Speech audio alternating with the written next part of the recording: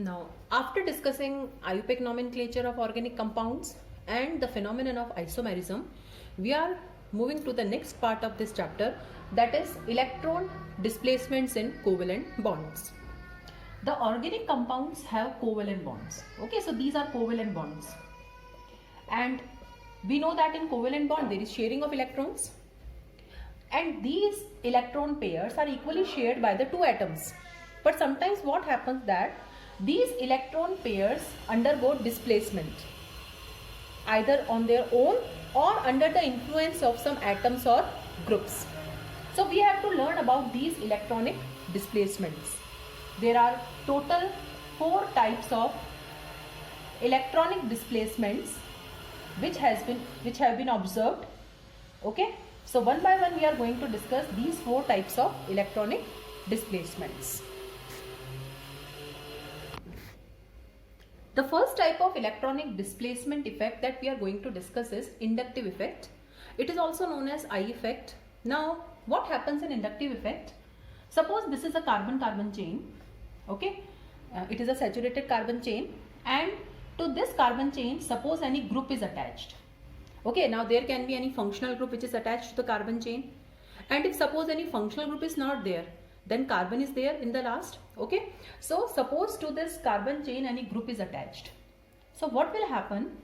Under the influence of this group, either the electron pairs are displaced towards the group, means the group will be attracting the electrons of this carbon chain. Okay, so all the covalent electrons are attracted towards the group, or it is quite possible that this group releases electrons to the carbon chain. Okay, so either the electrons are withdrawn from the carbon chain or the electrons are released into the carbon chain. This type of electronic displacement which is taking place under the influence of some group is known as inductive effect, and it is a type of permanent effect. Okay, means it is always operating in the organic compounds. So in order to understand it in a better way, we will take one example. So what is inductive effect? It is the permanent effect operating when some electron withdrawing or electron releasing group is attached to the carbon chain. It is the process of displacement of sigma electrons along a saturated carbon chain. Okay, so when some group is attached to the carbon chain, the sigma electrons of the covalent bonds will be displaced either towards the group or away from the group, and this is inductive effect, and it is of 2 types, plus I and minus I. So one by one we'll be discussing the plus I effect and minus I effect and its applications. So first we are going to discuss minus I effect. Suppose the group attached to the carbon chain is electron withdrawing. Now what is the meaning of electron withdrawing? So these are the groups. Okay, so the highest withdrawing power is with NO2. Then this is your nitrile group, acid, fluoro, chloro, bromo, iodo, OH, etc. So these are the withdrawing groups which can be attached to the carbon chain. Suppose this X is attached to the carbon chain. Now this X stands for halogen. It can be fluorine, chlorine, bromine or iodine. Okay, now this is my first carbon, second carbon, third carbon, fourth carbon, like this the chain will continue. Now this halogen will attract the electrons from the first carbon. Okay, so definitely since the electrons are attracted towards halogen atom, this bond will become polar. It will acquire del minus sign and it will acquire del plus sign. So the carbon atom, first carbon atom has become polar. There is development of charge in the covalent bond. Now this first carbon will attract electrons from the second carbon, because now since it has acquired positive charge, so it will attract electrons from here. So it will acquire double del plus charge. Double del plus is smaller than del plus because the attracting power of C1 is not of that magnitude as X is having. Okay, now this C2 will attract the electrons from the third carbon like this and like this, so it will continue. Okay, it will continue till the end of the chain. But what happens, since as we are moving from here to here, the polarity is decreasing. Okay, it is of highest polarity, then decreases. So inductive effect is operating up to the end of carbon chain, but what happens that it is it becomes negligible after the third carbon atom. Okay, so this type of effect is known as minus I effect. Now because of this minus I effect, the the covalent bonds are become polar.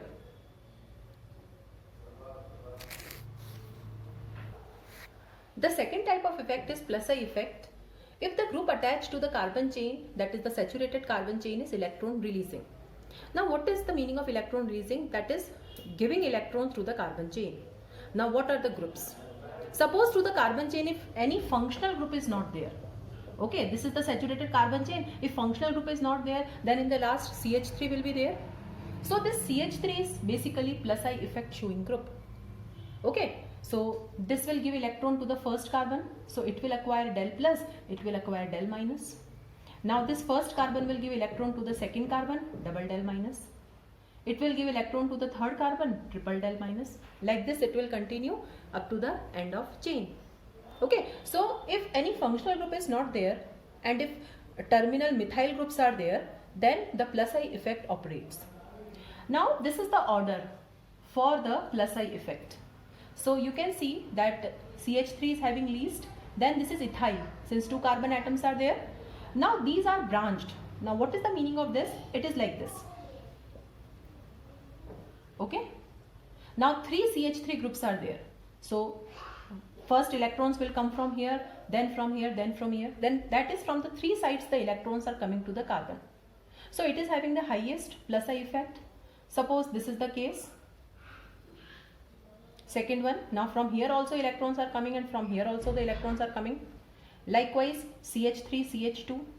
Okay, now the electrons are coming like this.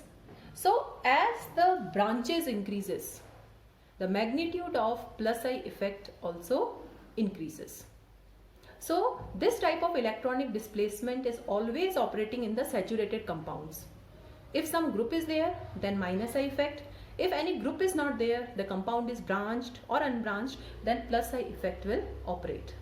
And this inductive effect is responsible for so many properties of organic compounds. The second type of effect is electromeric effect or E effect.